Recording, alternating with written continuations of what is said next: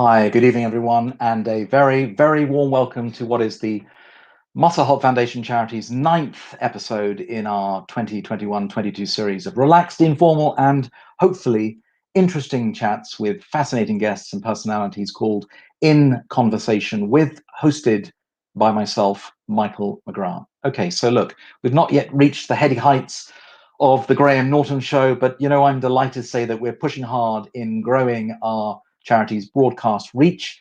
And of course, it goes without saying that if you're tuned in this evening and you know of someone whom you think might be a fabulous future guest, do please reach out. Now, I mentioned in our last episode that it kind of now feels, doesn't it, like we're making some progress. I know that many of the charity's beneficiaries and families have had their second jabs, as I have. There's a little more confidence out there emerging, isn't there? Many I know are watching and waiting to see how the current easing of restrictions plays out. From the charity's perspective, we remain focused on the needs of our vulnerable community during this still challenging period.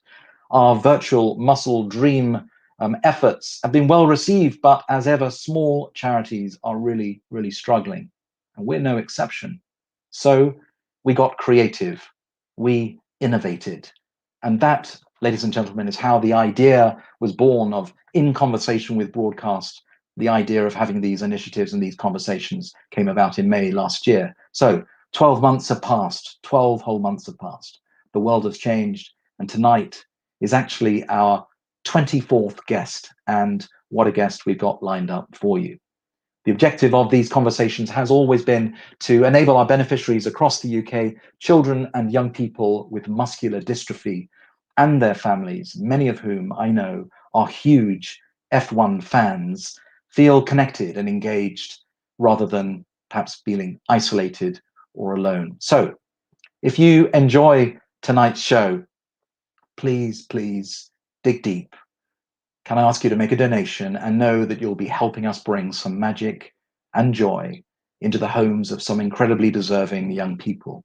Here's a 30-second taster film as to why our work matters.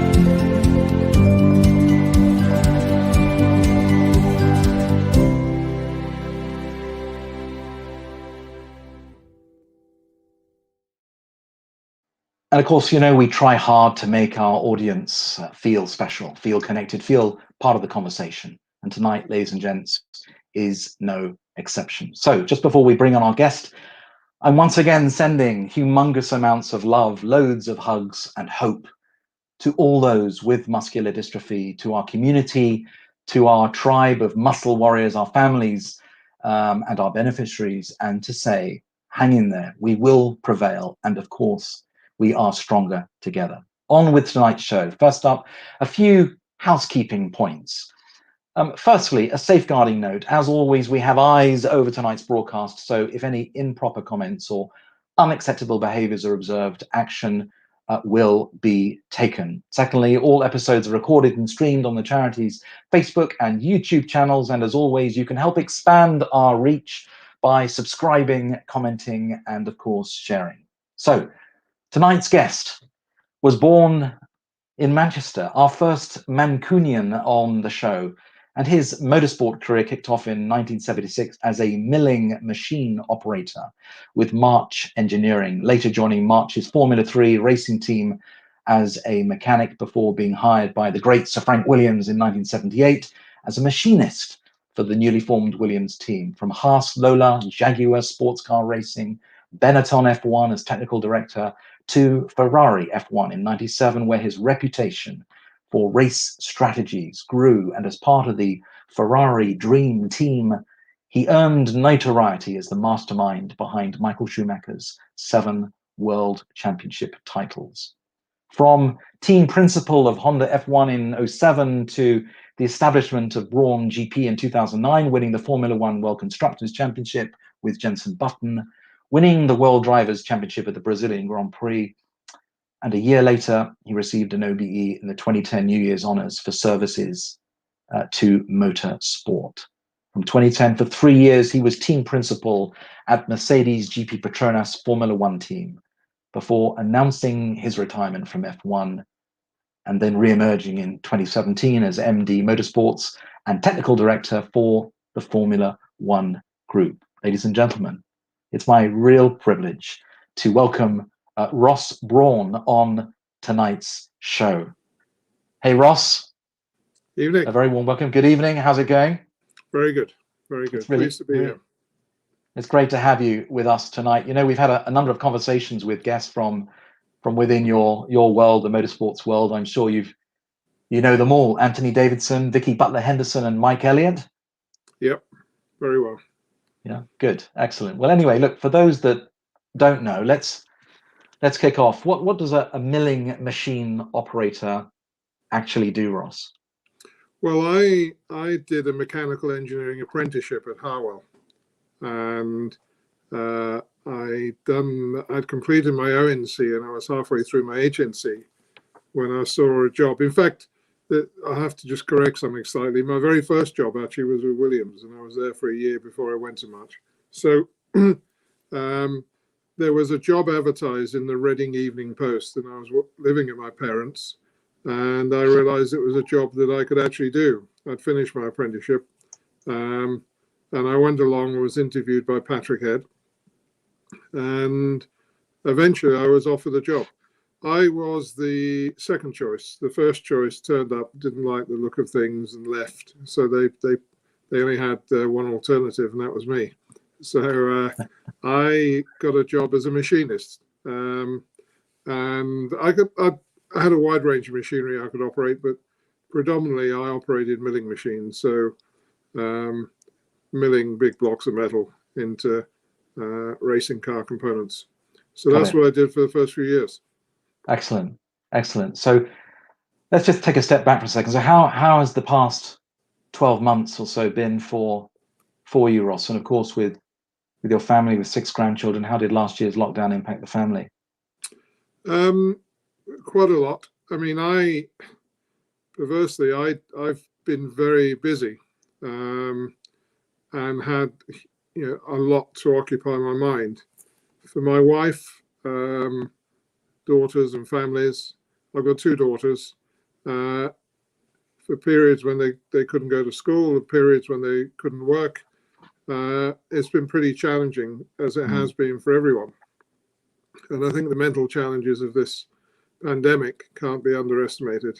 And I think even though we're seeing the some light at the end of the tunnel, I think, in fact, people now coming to terms with how they're going to come out of it is just as challenging as it was when they went into it, because in a way, going into the pandemic, it was compulsory. There was no choices.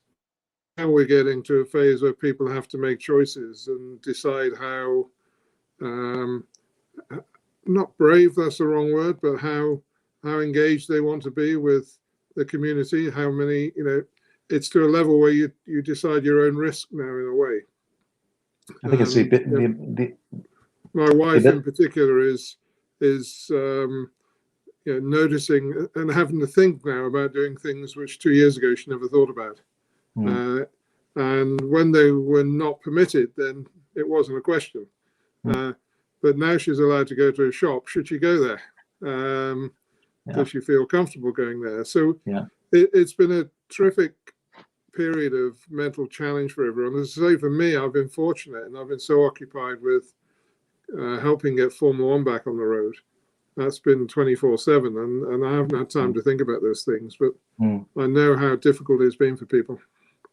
I think people talk a lot about adapting, or the ability to be able to adapt and or embrace change. Have you felt that yourself? Yes, and I think what I hadn't appreciated, I would miss, is the camaraderie. And I'm fortunate, again, I go to a race meeting, and the paddock consists of several hundred, in fact, 2,000 people in total in a Formula One paddock. So, there's a camaraderie there with my colleagues, and we're all in various bubbles. We're all collectives. But then, camaraderie in the office. In fact, I'll go to the office tomorrow, and I've probably been half a dozen times in the last 6 months.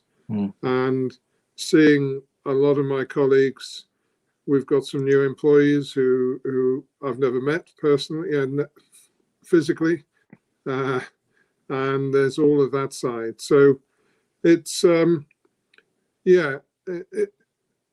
we found new ways of working, and in fact, some ways we won't go back. We found some ways of remote working which have been very efficient.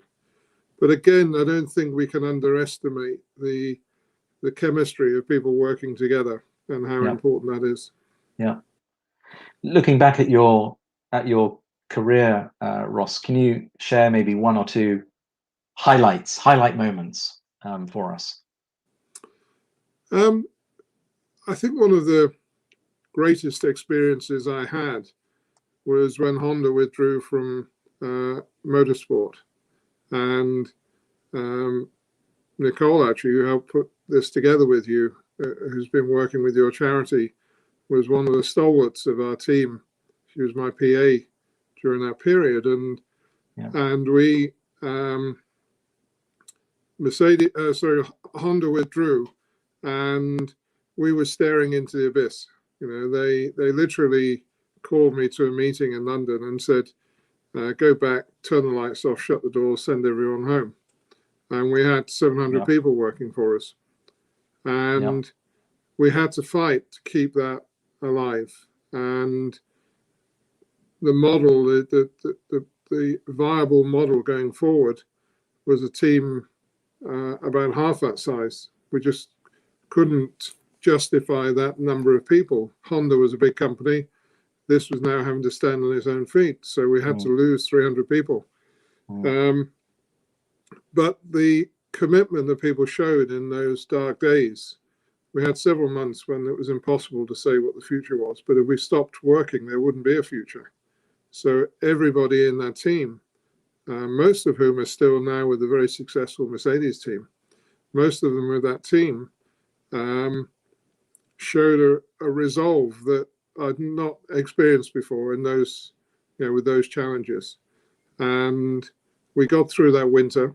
We bought the team ourselves, myself and some of the fellow directors bought the team, and we took a chance to see what would come.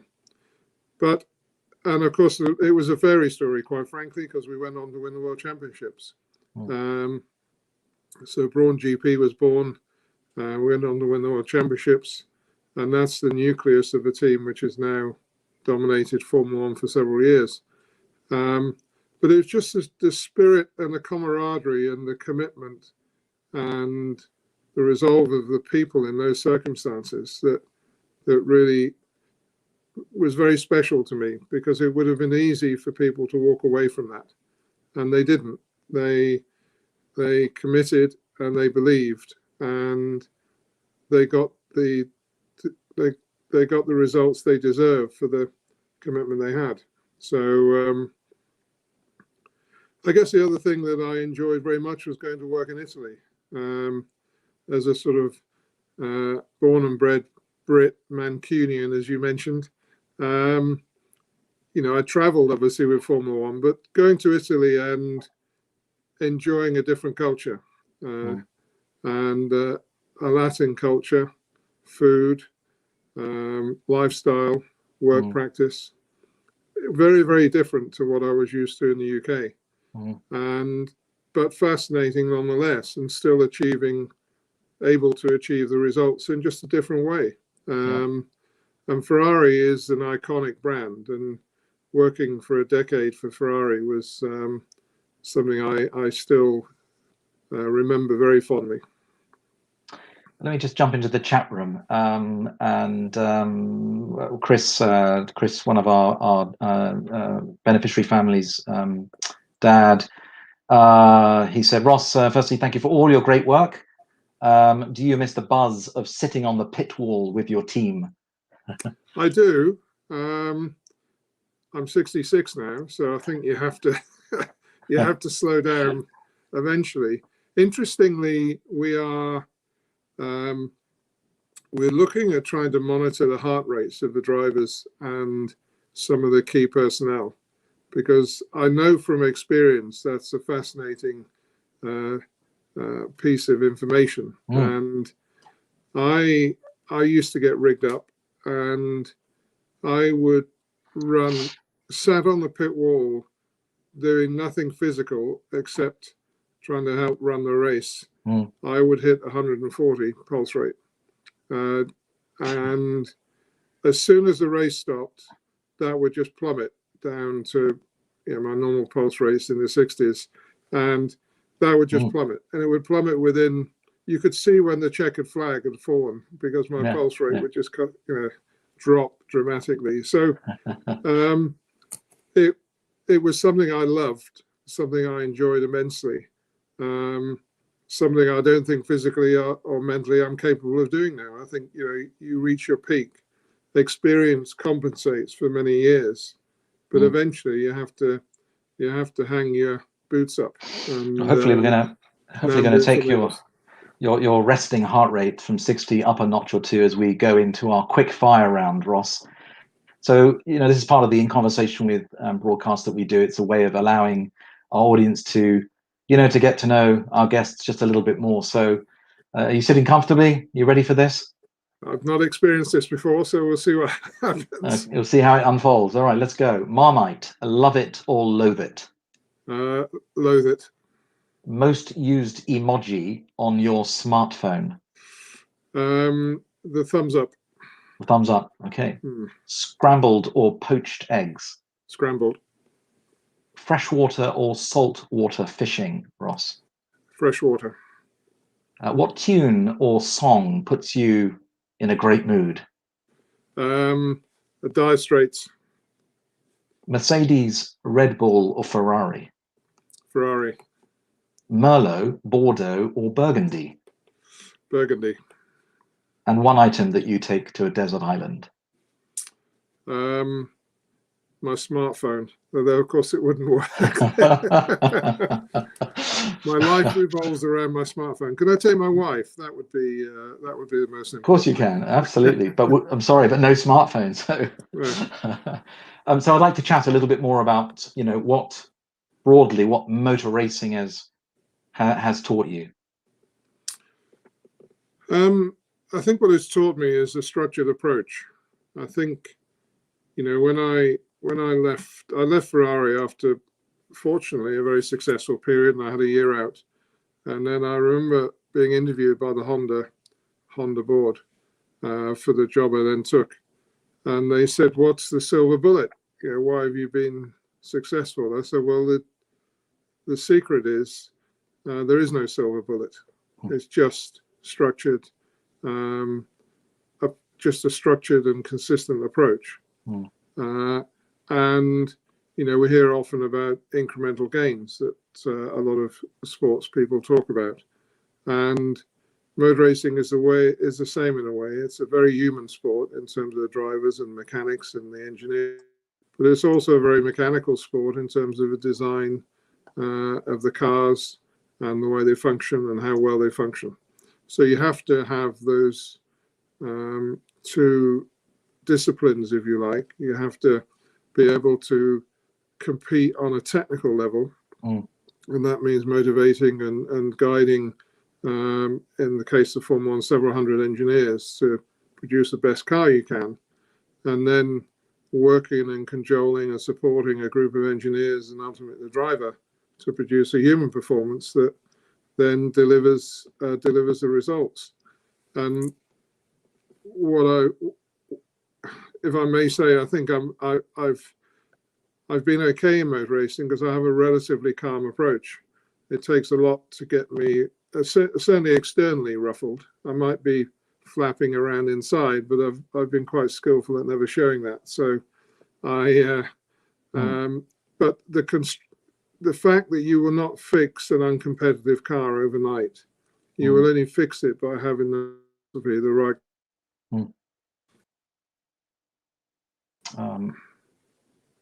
Sorry, we dropped off then. That's okay. By having the right culture, the right approach, and doing it step by step. There's no simple fix, and that's what motor racing has taught me. Let me jump into the chat room. Some quick answers, if I may, because we've got quite a lot to cover. There's lots of questions coming in and so on. So, hello, Ross. One burning question that I had during promotional events for F1: why do teams use older V8 cars instead of any of the hybrid era cars? I feel this is deceiving potential fans, since they will be sadly disappointed when they attend an actual race and discover the cars don't sound nearly as exhilarating. Thank you, Frank, for that question. That's a good question, Frank, and many of us would love to go back to the noise and emotion of the older engines, but they're just difficult for the teams and manufacturers involved in Formula One to justify, in that we now use the most efficient hybrid engine on the planet. We turn 50% of the energy in the fuel into power, which is far more than any other form of internal combustion engine. We're racing on 100 kilos of fuel, whereas not many years ago we were racing much more slowly on 140 kilos of fuel. Now this technology has fed through into the road, and therefore it has relevance, and the manufacturers spend billions because of branding, but also the relevance of the technology. And screaming V12s unfortunately aren't relevant anymore. As much as I would love them, I agree with you. The reason they use the old cars is they're cheap to run and they create the emotion. So we don't intend to deceive people, but that's why they do it. We don't want to lose that emotional connection, that's for sure. Right. Steve, one of our long-serving Muscle Warrior volunteers, can you recall the moment you knew the Brawn GP car was a very strong championship contender? I think the first time we became aware, we were very late getting the car completed because of the trials and tribulations we'd had that winter. So we missed the first test, and everybody else turned up in Barcelona for the first test. And we watched the lap times, and it sounds arrogant, but we couldn't believe how slow they were. The rules had changed dramatically that winter, so nobody had the new reference. And these cars were a couple of seconds slower than we thought they should have been, and certainly a couple of seconds slower than the prediction of what our car would perform. So we rapidly checked all our numbers again and still couldn't find any error in our calculations. And then we went to the second Barcelona test. And again, we were a bit disorganized because of everything was going on. So we didn't get going till quite late in the first day. And Jensen went out and he came back in and said, this doesn't feel very good. And we said, oh, that's interesting. You're second fastest. And he said, you're joking. He said, the car feels horrible.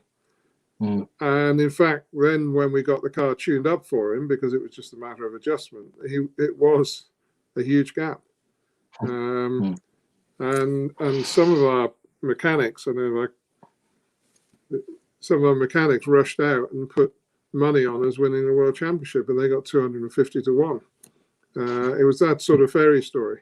And everybody assumed we were known as running light in Formula One. So we have a weight limit, and sometimes to do a showboat run, teams run light. They've got to sign a new sponsor or whatever. So everybody assumed we were running light. In fact, we were running heavy. We were trying to damp down the expectation. We didn't want to cause too much excitement. So that was when we knew. And then we got to the first race, and that was the case. I'm just going to push on because we've got lots of questions coming in. Here's a question out of the blue. What advice would you give your younger self, Ross? A little bit of advice you give your younger self. I don't think I would have done anything any differently, quite frankly. I made lots of mistakes, but I think they're part of the process. I think if you learn from your mistakes. And I do know there were some twists and turns in my career, which if they'd gone in a different way, I I'm sure I wouldn't have been involved in the way I was with motor racing. There was a time when I tried to leave motor racing. I was disillusioned, and I tried to get a job in an engineering company, and they didn't think I was up to it, so I didn't get the job, and I had to go back to racing. Yeah. When we spoke a few days ago, Ross, I mentioned the piece written by the BBC Sports chief F1 writer Andrew Benson, and who wrote about the recent Spanish Grand Prix and the titled protagonists Lewis Hamilton and Max Verstappen.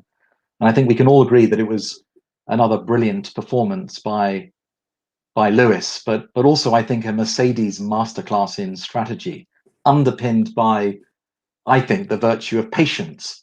What was your take, Ross?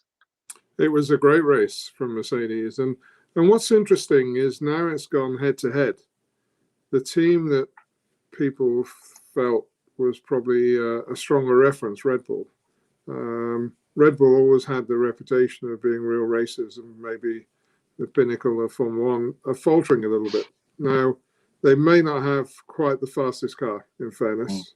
And when you don't quite have the fastest car, you push, you try too hard sometimes, or you have to take chances because you know if you don't, you're not going to win.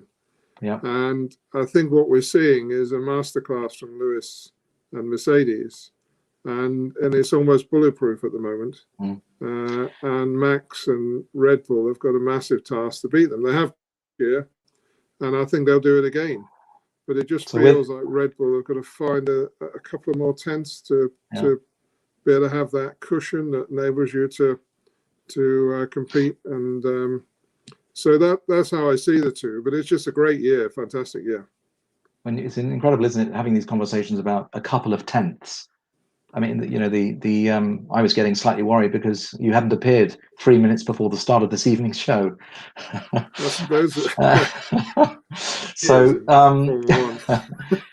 So with 100 career poles notched up, when do you think Lewis will reach his ton of victories?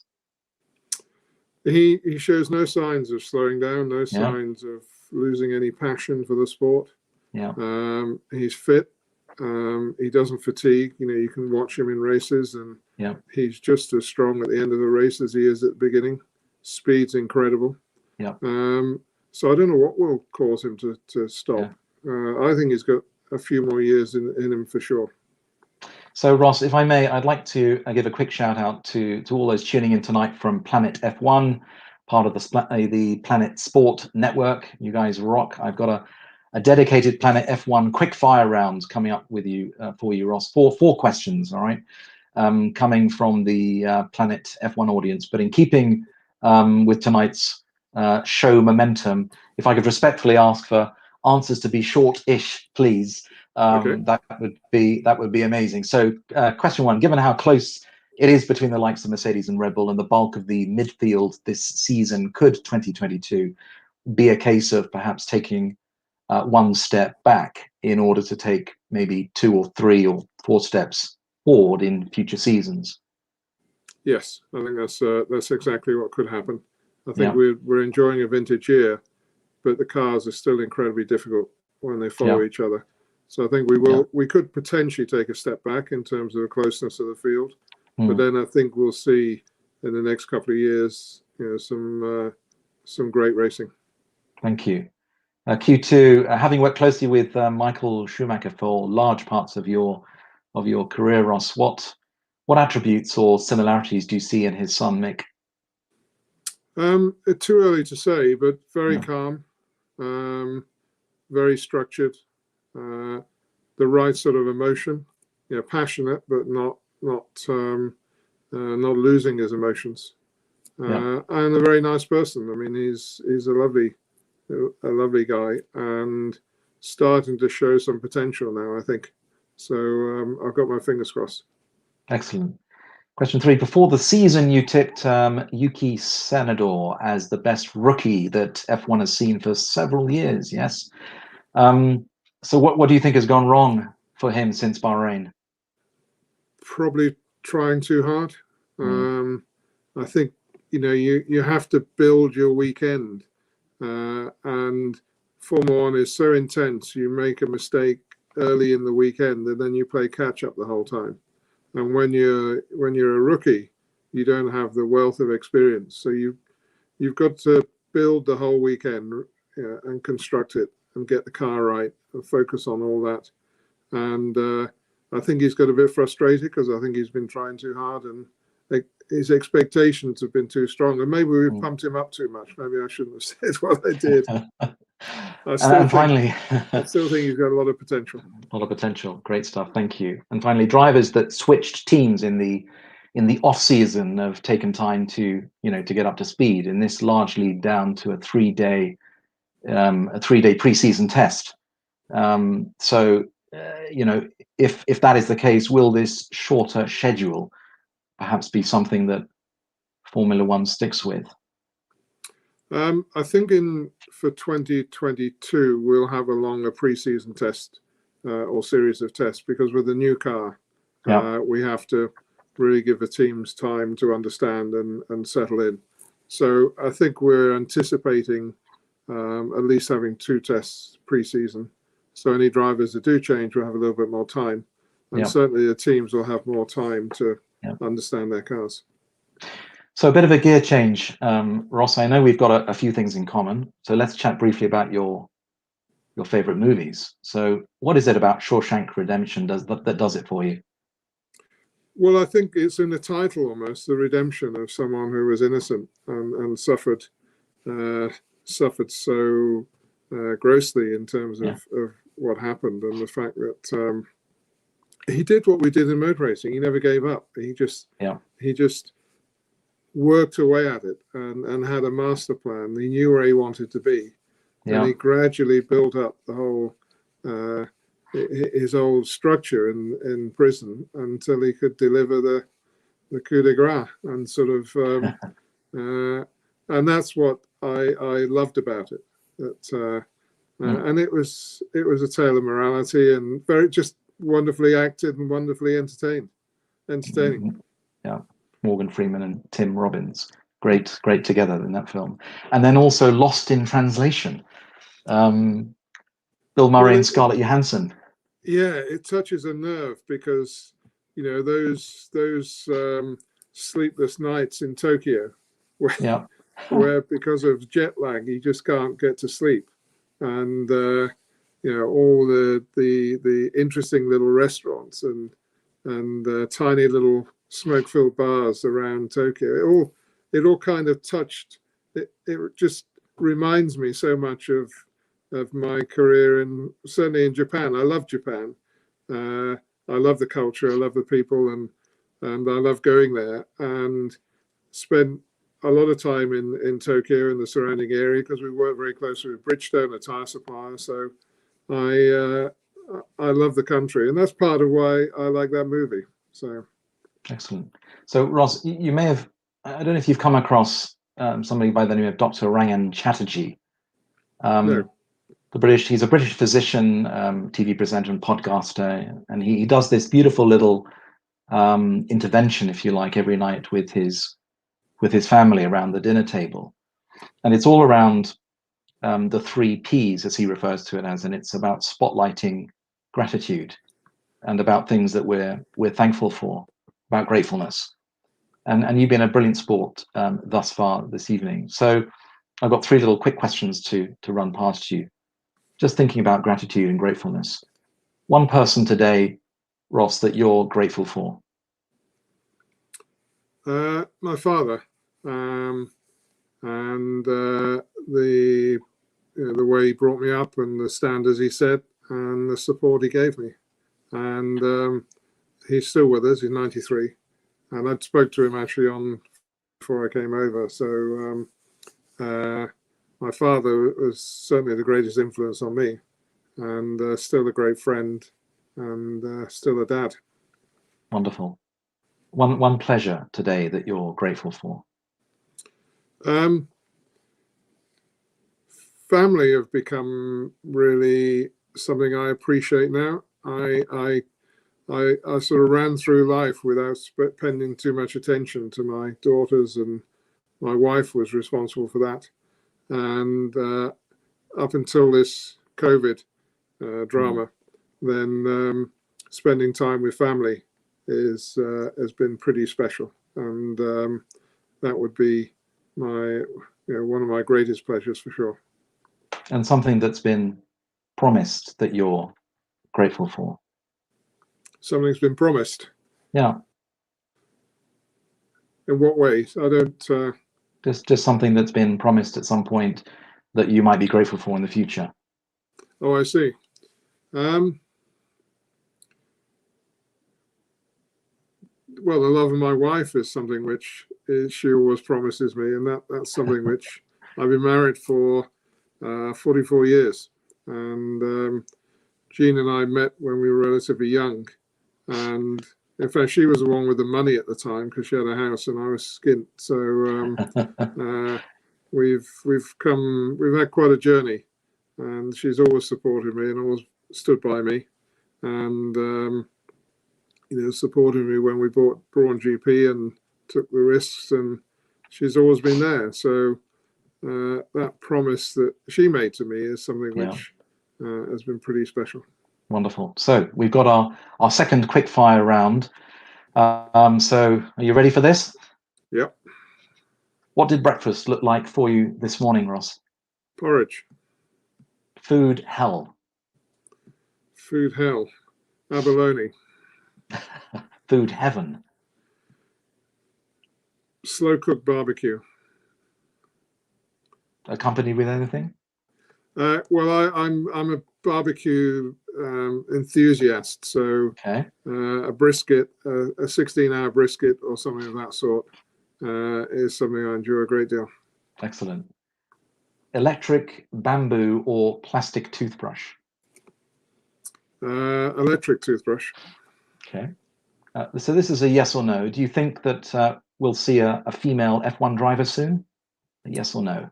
No, but I want a female F1 driver. It's just going to take a while because we haven't got the infrastructure in the lower levels of motor racing to support that. And that's something which Formula One is involved in now. Now, apparently some drivers wear adult diapers, but most just let nature, I believe, take its course. True or false? True. Your signature dish, are you handy in the kitchen, Ross? Yeah. I do cook a number of dishes, but I wouldn't say I have a signature dish, but I always do the barbecue, and I always do the meat, and I always do the fish. And we've got some friends down in Cornwall who send me up fish. He's got a fish business, so fish is a real passion of ours. So barbecued turbot is something which we enjoy a lot. Barbecue turbot, lovely. Ever driven a Mercedes-Benz E320 saloon? I've had various Mercedes because obviously working for them for a number of years, they did supply me with some very exotic cars, and I got myself into trouble on a few occasions with them. And the last in the quickfire round is ever had a speeding offence? That's the same topic. I was just warming up to that one, but we'll move on. So, with all that we've been through, and with this wretched pandemic, we recognise that now more than ever we all need something to lift our spirits, right? So, Ross, if you could invite, two celebrities to your home for a pot of tea to help lift your spirits, who would they be and why? Michael Schumacher and Sterling Moss. And Michael obviously suffered this terrible accident, and given the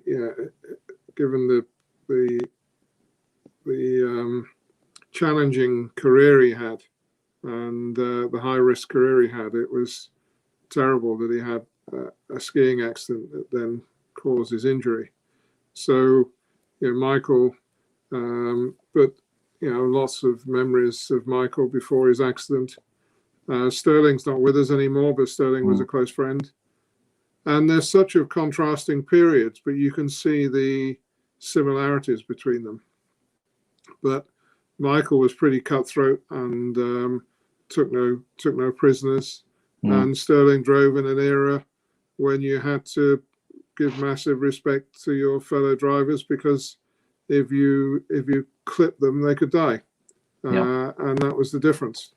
So But they met several times, and I was there when they met, and they had huge respect for each other, and they enjoyed each other's company. And I'd love to be able to sit down with them again and reminisce and compare notes.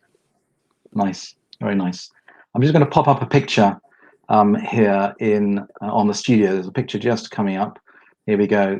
So I had the pleasure of meeting the great man on a few occasions, and here's a little known fact: his sister Pat and with his mother Eileen were patients of my father. My dad looked after their teeth. Right. And here's Sterling at the RAC Pall Mall in October 2007 at the Muscle Heart Foundation Charity's first London fundraiser, and actually he arrived dead on time, as you'd expect. And I got another pic just coming up here.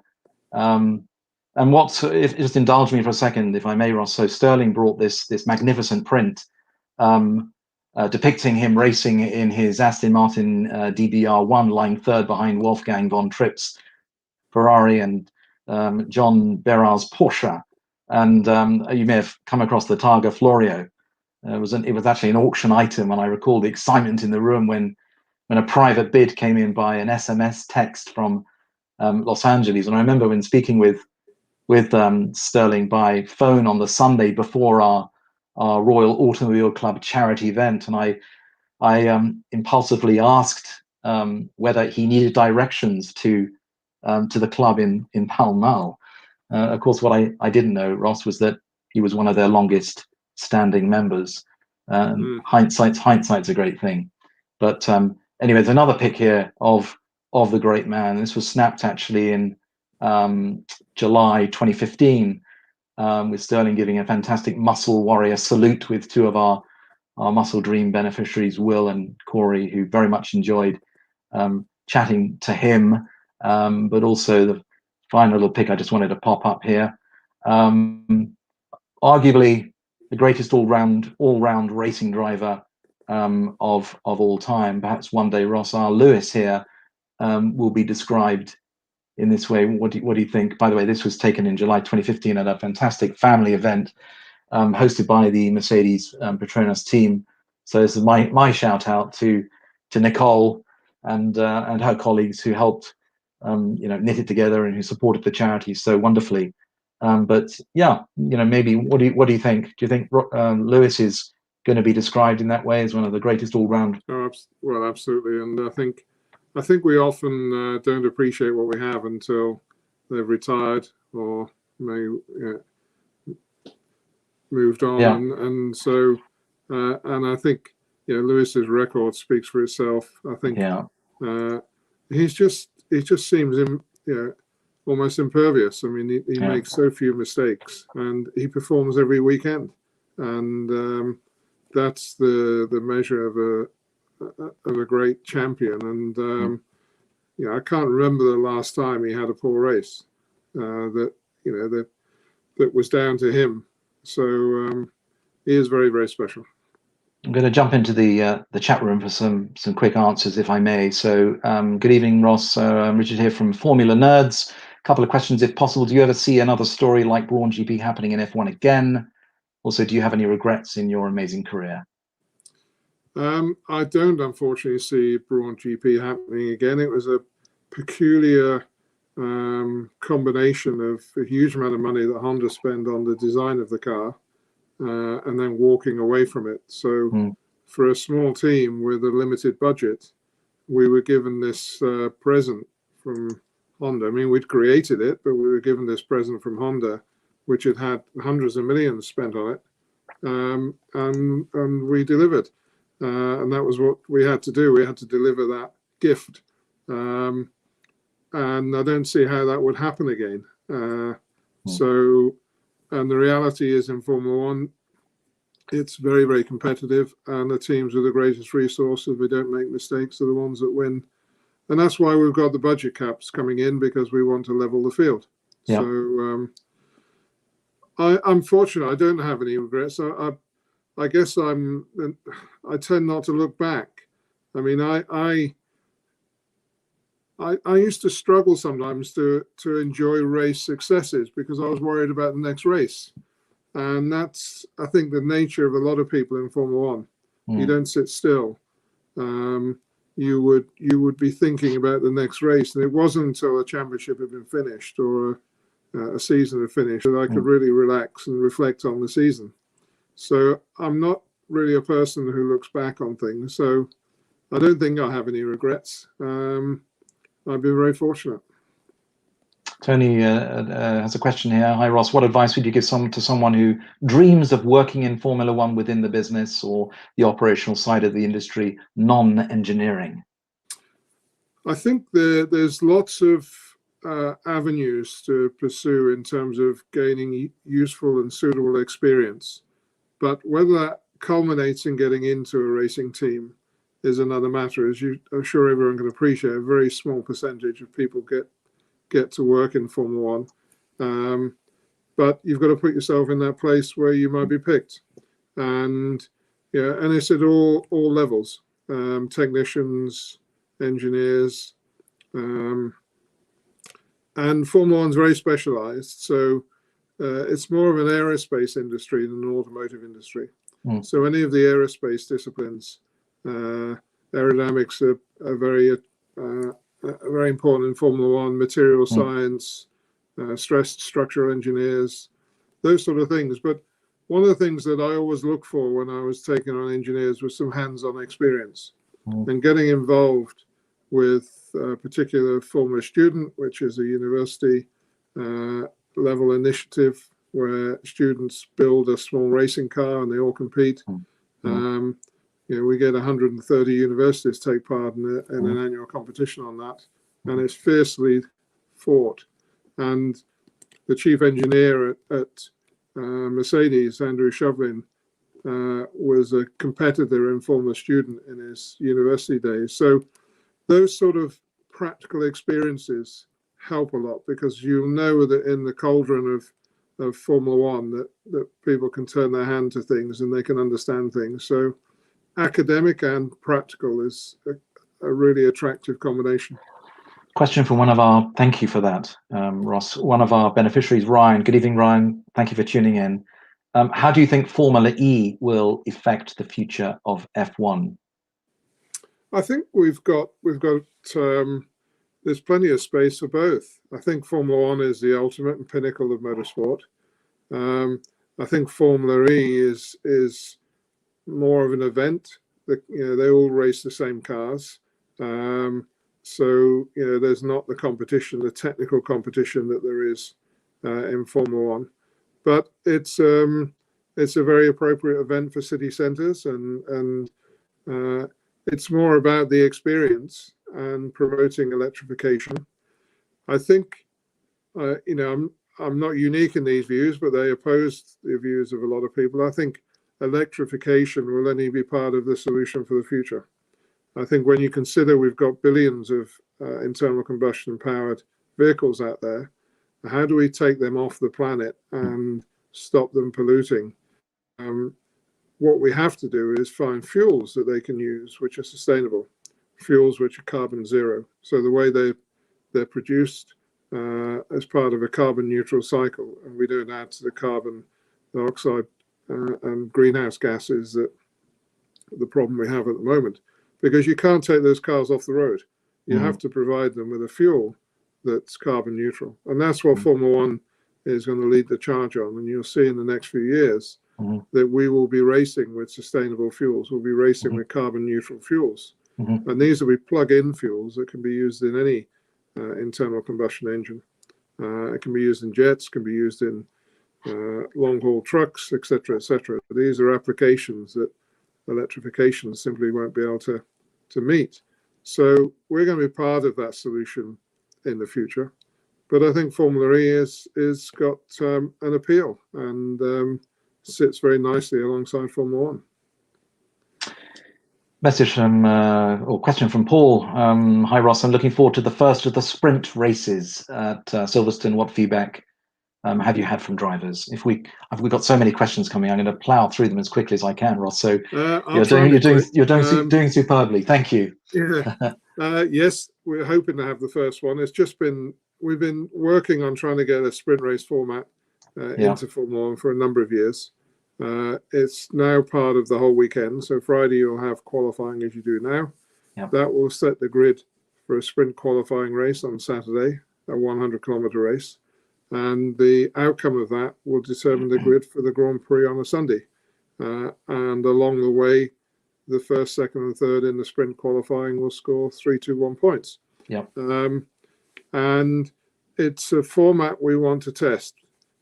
Things change, and young people don't necessarily want to watch 2 hours of racing on a Sunday afternoon. We may find the short format racing more appealing to them, but we don't want to disorientate our loyal fans who are really the core of our sport. And so can we find a combination? And that's what we're testing. So we'll do 3 races this year. We'll take stock, and then we'll decide what the next step is for the future. Question. Thank you for that, Nick. Question from Nick, Dad, one of our beneficiaries. Hi, Nick. Thank you for tuning in this evening. Which was easier, Ross, to work with, Japanese or Italian culture? I think you've already answered that, actually. Italian, if I'm honest. The sort of decision-making processes were very similar. One thing you discover in Japan is the decision-making process is very different than what we're used to in the Western world. And you discover that yes doesn't really always mean yes. It might mean yes, we'll think about it. A very polite culture, and that takes a little bit of getting used to. But what I did find, and stereotypes are weird things, but the Italians that were working in the Formula One team at Ferrari couldn't have been more devoted and more committed to their work. And you kind of have the impression that there's a certain gaiety about Italian life and it's true, they do enjoy their food and they enjoy their wine, but they work really hard. And the Ferrari people that we had, I couldn't ask for more in terms of their commitment. So the Dolce Vita may exist in Italy, but it's also, they get the shoulder to the grindstone as well. And it was the same in Japan. Incredibly committed, incredibly hardworking. Most people are involved in motor racing. It's a sort of filter. It filters out those that can't make that commitment. So, and it doesn't matter where they come from. That's what we get. It's a question about front wing tethers. Will F1 look at front wing tethers? It's a question coming through. Obviously, huge strides are being made with regard to safety. Thanks for the question, Mel. It's the front wing's a tricky one because if you tether it, it can do an awful lot of damage around the suspension and the tires, and get rid of it, or do you? There's no easy answer to that one, and if we simply can't make them strong enough to resist the impacts they may get.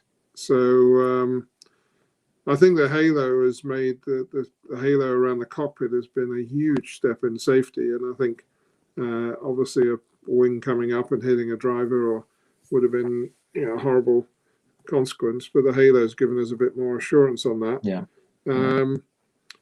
Tethering wheels was a big improvement because a wheel, when it comes off a car, can end up in the crowd, and the energy in a wheel and the nature of a wheel would mean it could go bouncing across the track and end up in a grandstand, and we've definitely had to stop that. We've not seen that happen with wings, so. Okay, thank you. So Naomi, with Ross, you being a superstar, thank you very much. We only got a couple more hours of this and then we'll be done. Naomi's in the chat room says, hi Ross, who do you see as being the next multiple world champion once Lewis is retired? And which British driver do you see being the top of the league in the next few years from the current drivers? Actually, they're fairly easy questions. I think Max Verstappen is clearly the next one on the throne. Having said that, there's some brilliant drivers coming through. Charles Leclerc, Lando Norris. I think on British drivers, it's toss up between Lando Norris and George Russell. I think they're both. I wouldn't like to say which one is going to be the strongest, but we're blessed with the number of great young drivers we've got coming through. Question from Jason. Jason, thank you for tuning in this evening. He said, "Hi Ross. First off, huge congratulations on all your success. Thank you. Awe-inspiring. Secondly, as technical director, you must have had many difficult conversations regarding what's best for the car and for the team overall, especially with some difficult drivers. How do you best deal with various individuals' interests as well as prioritizing the team's overall goals?" Great question. I think you've always got to remind the driver that he is part of a team, and that if he doesn't respect that team, he won't achieve the results. That's the great thing about Formula One. If you try and set out as an individual, you won't achieve success. And that was one of the strengths of Michael Schumacher. He loved being part of a team. So you must always make sure a driver respects and maintains the fact that he is a member of the team. And then, quite frankly, everything else is just common sense and being respectful and being consistent and being as precise as you can and making sure everyone knows what's expected of them. But it is a terribly emotional experience driving a racing car. The adrenaline is pumping around like mad. And I always had a certain buffer of my personal buffer in not getting upset about drivers' comments when they were hot and out of the car. Let things cool down a bit and then have a sensible conversation, and don't get emotional back to the driver when he comes out of the car screaming that you've done this or you should have done that, and just give him a little bit of time to cool down. But most of it's just common sense. Treat drivers respectfully. Yeah. Make sure they treat the team respectfully. And Michael actually was one of the easiest drivers I ever found to work with. I think sometimes the drivers in the team who were trying to compete with him found it more frustrating because he was so difficult to beat. And that's sometimes when emotions run over. Richard says, with the current talk over the Turkish Grand Prix, and do you see a full calendar as planned in 2022? I think we're going to be nimble on our feet this year. I think with everything that's going on, we're very fortunate in Formula One in that we have a lot of interest. The quality of racing we're having at the moment has helped. But we've got a number of new tracks on the horizon. We've got existing tracks who don't have Grand Prix interested in holding Grand Prix. So I think we will have to be nimble this year, and I think there'll be some further changes inevitably, but we'll have a full season for sure. Slightly random question here. What's the biggest fish that you've caught, and what was it? Yeah, that's a good. It was a marlin, actually. Yes, yeah, I caught a marlin in Mauritius. Okay. I had an ambition to catch a fish that was bigger than me, and I did eventually succeed. So I won't tell you my weight is, but the fish was bigger.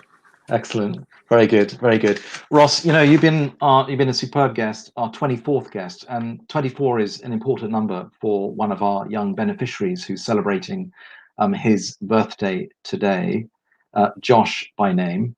I just wondered if you'd wish him happy birthdays, Muscle Dream beneficiary. I'd love to wish Josh a happy 24th birthday. I hope it's been a special day for you. I know these challenging times, but so very happy 24th birthday. Lovely, thank you. So speaking of having our spirits elevated, Ross, we're nearly there. Who makes Ross Brawn laugh? Family do a lot. I find the people that I'm most relaxed with are people who don't how can I put this, aren't really bothered about what I do.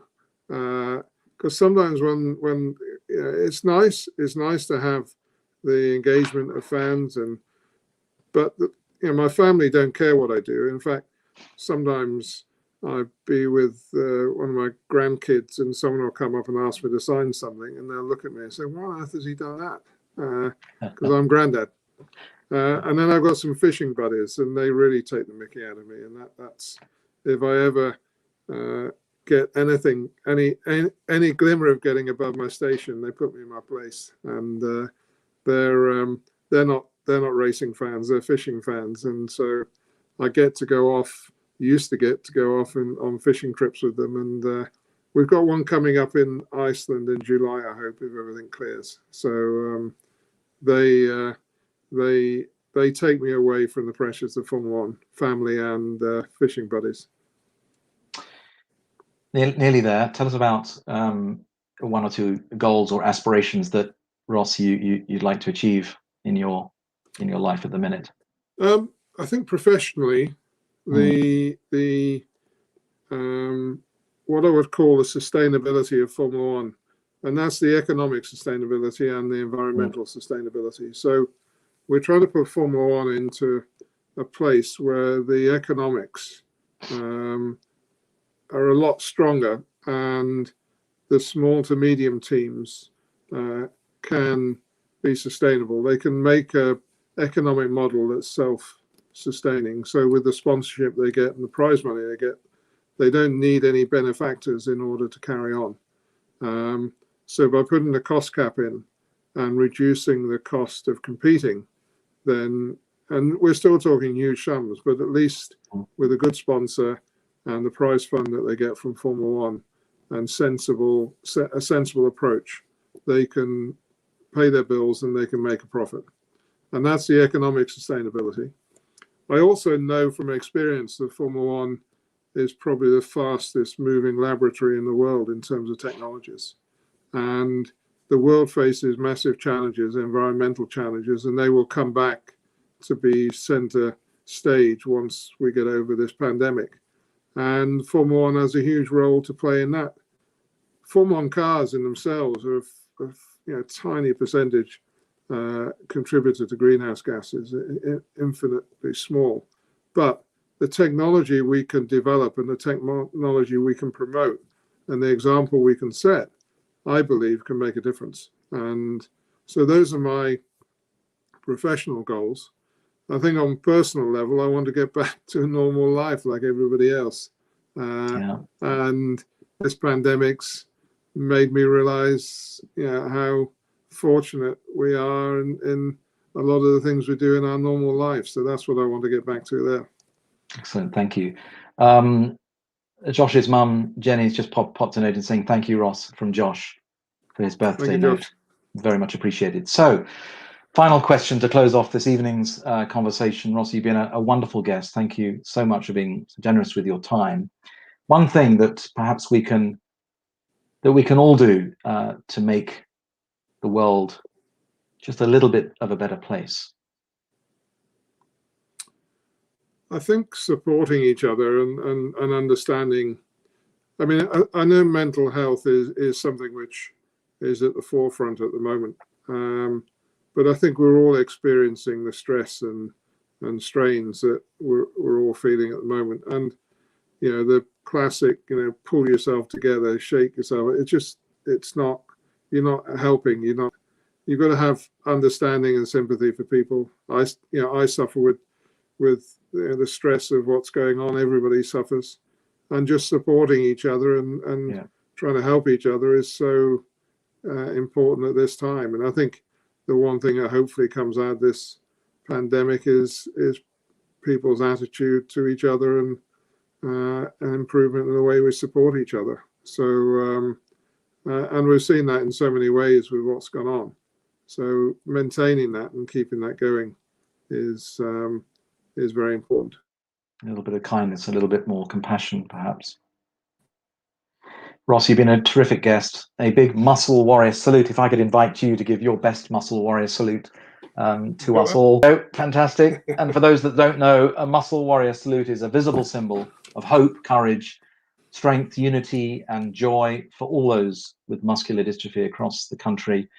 If you've enjoyed tonight's episode, you know what you need to do. Please, can I invite you all to make a little donation, knowing that you'll be helping our charity bring a little extra magic and joy to our community via our virtual muscle dream efforts. Thank you.